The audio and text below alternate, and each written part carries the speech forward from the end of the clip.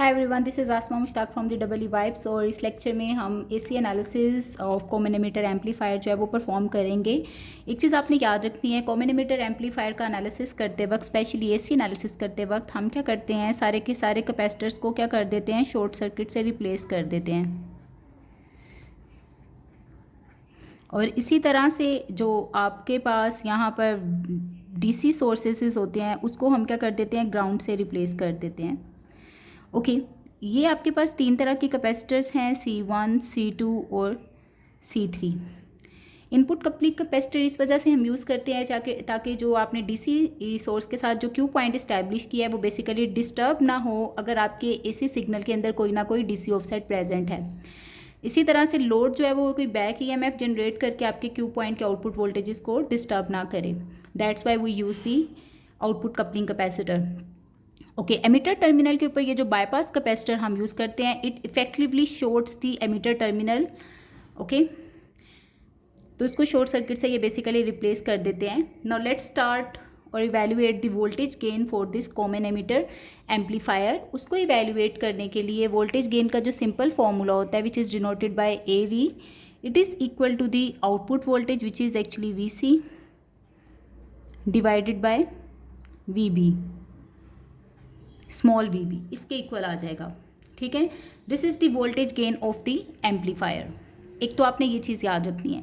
दूसरी चीज़ ये है कि आपके पास R model of the transistor होता है जो कि AC सिग्नल के एक तरह से इक्विवेलेंट मॉडल है।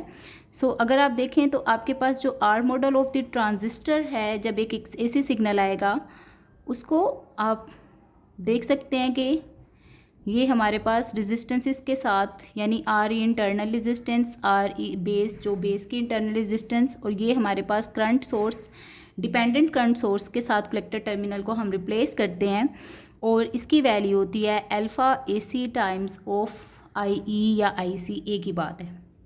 ठीक है, ये आपका कलेक्टर टर्मिनल आ जाएगा। अब आपने यहाँ पे कलेक्टर के साथ कनेक्ट की होती है RC which is actually now grounded. Fine, तो ये आपको इसका R मॉडल जो है वो अच्छे से याद होना चाहिए। जनरली क्या होता है, RB is very very small, so this is negligible, हम इसको इग्नोर कर देते हैं, रिमूव कर देते हैं एनालिसिस करते वक्त। अब इन दोनों पॉइंट्स को जब आप फॉलो करेंगे, जैसे ये फर्स्ट और ये सेकंड पॉइंट है, उसके बाद क्या होगा, ये कैपेसिटर शॉर्ट सर्किट हो गया। यहाँ पर आपके पास जस्ट पहले क्या आ जाएगा, ये AC सोर्स की इंटरनल रेजिस्टेंस और ये AC सोर्स आ जाएगा। फिर देखें ये जो जंक्शन है इसके ऊपर एक रेजिस्टर कनेक्टेड है R2, ये एज इट इज़ आ जाएगी, इसको आपने ग्राउंड कर दिया। ओके ये रेजिस्टर है विच इज़ R1, इसका एक पॉइंट यहाँ पर है जबकि दूसरा अब क्या होगा, ग्राउंड। सो मैं इसको इस तरह से बना दूंगी। ओके ये हमारे पास ये रेजिस्टर भी हो गया। अब क्या होता है, जब आप इसका R मॉडल देखते हैं तो आपके पास ये एक इंटरनल रेजिस्टेंस RE प्रेजेंट है, इंटरनल एमिटर रेजिस्टर, क्योंकि कैपेसिटर ये शॉर्ट हो जाएगा तो आप इसको RE को कंसिडर नहीं करते जो एक्सटर्नली रेजिस्टेंस कनेक्टेड है, क्योंकि capacitor current always takes the low resistive path. So सारे का सारा करंट कैपेसिटर में से गुजर जाता है। और वैसे भी आपने इसको जब शॉर्ट के साथ, एक शॉर्ट को रेजिस्टर के साथ पैरेलल कॉम्बिनेशन में देखें तो it acts effectively as short circuit. So ये वाली एलिमिनेट हो जाती है रेजिस्टेंस। अब जो सिर्फ रेजिस्टेंस प्रेजेंट है वो आपके पास है, यहाँ पर एक रेजिस्टेंस होती है that is called the R in base. R in base किसके इक्वल होती है, V बेस, यानी जो बेस पॉइंट पे वोल्टेजेस हैं और जो करंट फ्लो कर रहा होगा, which is equal to IB। Okay VB किसके इक्वल होता है बेसिकली, या जो बेस वोल्टेजेस हैं ये IE into RE divided by IB। आपको पता है कि ये जो बेस करंट है आपके पास IB small is equal to beta AC divided by small IC के इक्वल होता है। ठीक है, सो यहाँ से आपके पास इसकी आपने वैल्यू जब सब्स्टिट्यूट करेंगे तो ये, just a minute, okay sorry, जो बेसिकली आपके पास IC होता है small IC is equal to beta AC times of small IB के इक्वल होगा, और यहाँ से IB जो आपके पास आएगा that will be equal to IC over beta AC. Since we know that in the transistor IC is approximately equal to small IE, सो आपने यहाँ पर उसकी वैल्यू जो है वो रिप्लेस कर देंगे तो आपके पास ये आ जाता है IE divided by beta AC. ये IE से कैंसिल हो जाएगा और इस तरह से जो आपके पास R इन बेस की वैल्यू आएगी that is equal to beta AC into RE के इक्वल होती है. ये एक पैरामीटर आपने हमेशा याद रखना है. This is important for evaluating the R in. Okay, अब यहाँ पर हमारे पास जो रेजिस्टेंस इंटरनल ट्रांजिस्टर की आ रही है we have named it as R in base. ठीक है, और इसकी वैल्यू हमने इवैल्यूएट कर ली. यहाँ तक तो ये हमारे पास ट्रांजिस्टर की बेस तक सारा काम हो गया. आगे हमारे पास एमीटर क्योंकि ग्राउंडेड है सो हम इसको इस तरह से भी मेंशन कर सकते हैं. अब आ जाते हैं कलेक्टर पॉइंट के ऊपर. कलेक्टर पॉइंट के ऊपर देखिए, कलेक्टर पे एक रजिस्टर है जिसका एक टर्मिनल यहाँ पर है और दूसरा क्या होगा, grounded. So what I will do, ये कलेक्टर पॉइंट है, यहाँ पर एक रजिस्टर है RC और दूसरा पॉइंट हो जाएगा ग्राउंड. सिमिलरली क्योंकि ये कैपेसिटर शॉर्ट हो गया है, अब जब ये शॉर्ट से रिप्लेस होगा तो आपके पास इस लोड रजिस्टर का एक पॉइंट कलेक्टर पे और दूसरा grounded. So let's mark it, this is RC and this is RL. So इस तरह से ये AC इक्विवेलेंट जो है हमारे पास मॉडल ऑफ द ट्रांजिस्टर आ गया. ठीक है, this was easy to evaluate. अब हमारा नेक्स्ट स्टेप क्या है, हम लोगों ने यहाँ पर देखना है कि जो हमारे पास गेन है वो कितना आ रहा है. Basically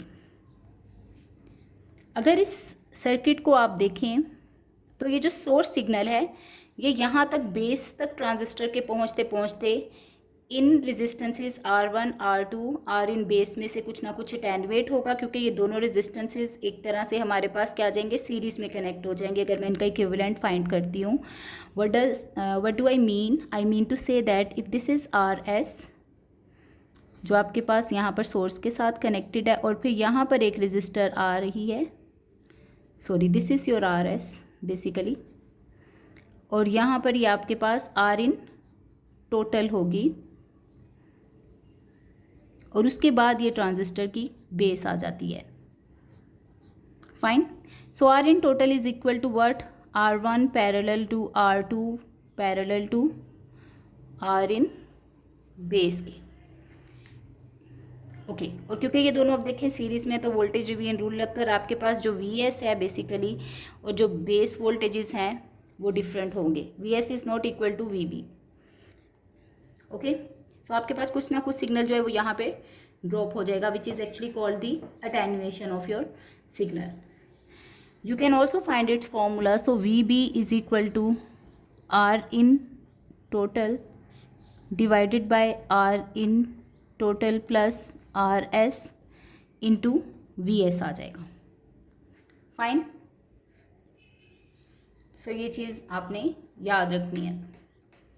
okay, now let's evaluate the voltage gain. Voltage gain हमारे पास किसके इक्वल होगा, यानी VC जो आउटपुट पे वोल्टेजेस हैं और ये जो VB हैं ये आपके पास output divided by input is called the voltage gain of this amplifier. So let's see how much its value is. So VC divided by VB. VC अगर आप देखें कलेक्टर पॉइंट के ऊपर जो वोल्टेजेस हैं ये करंट मल्टीप्लाई बाय RC के इक्वल आ जाएगा. इस टाइम पे जो करंट हमारे पास कलेक्टर टर्मिनल पे प्रेजेंट है वो अल्फ़ा टाइम्स ऑफ IE है. सो alpha AC IE times into RC. Similarly जो बेस पे वोल्टेजेस होते हैं वो अभी आपने इवैल्यूएट किए थे R इन टोटल निकालने के लिए, that is equal to IE into RE के. इसको फर्दर सिंप्लीफाई अगर आप करें तो आपके पास ये किसके इक्वल आ जाता है, voltage gain. This is basically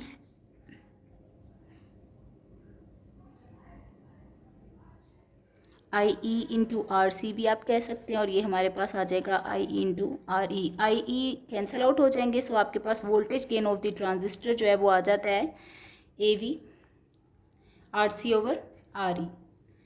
fine.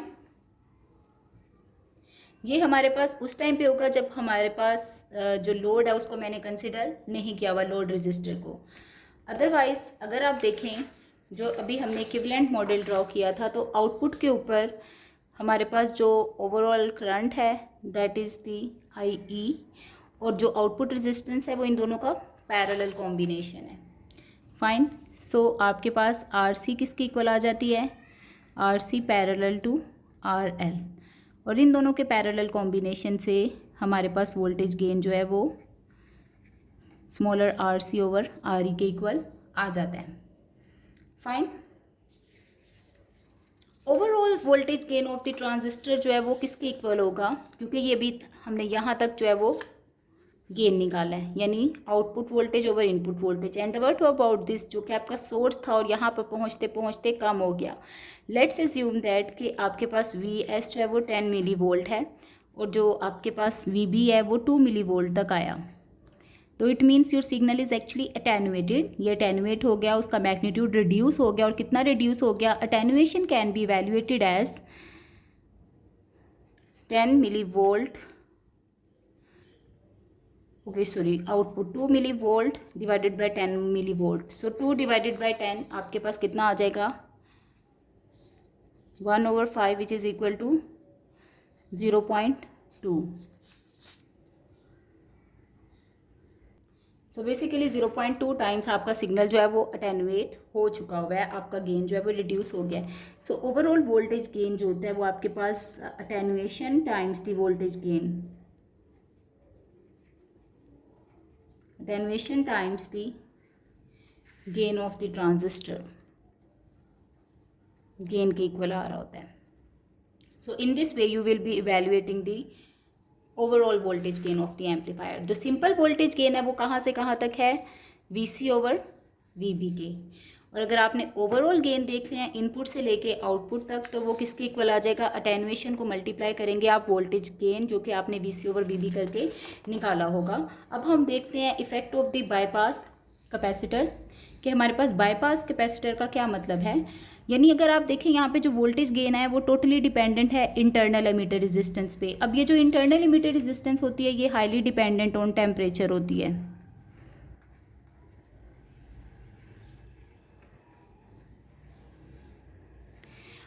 Which means कि आपका वोल्टेज गेन जो है वो स्टेबल नहीं होगा। स्टेबिलिटी ऑब्टेन करवाने के लिए अपने एम्पलीफायर में हम क्या करते हैं, हम यहाँ पर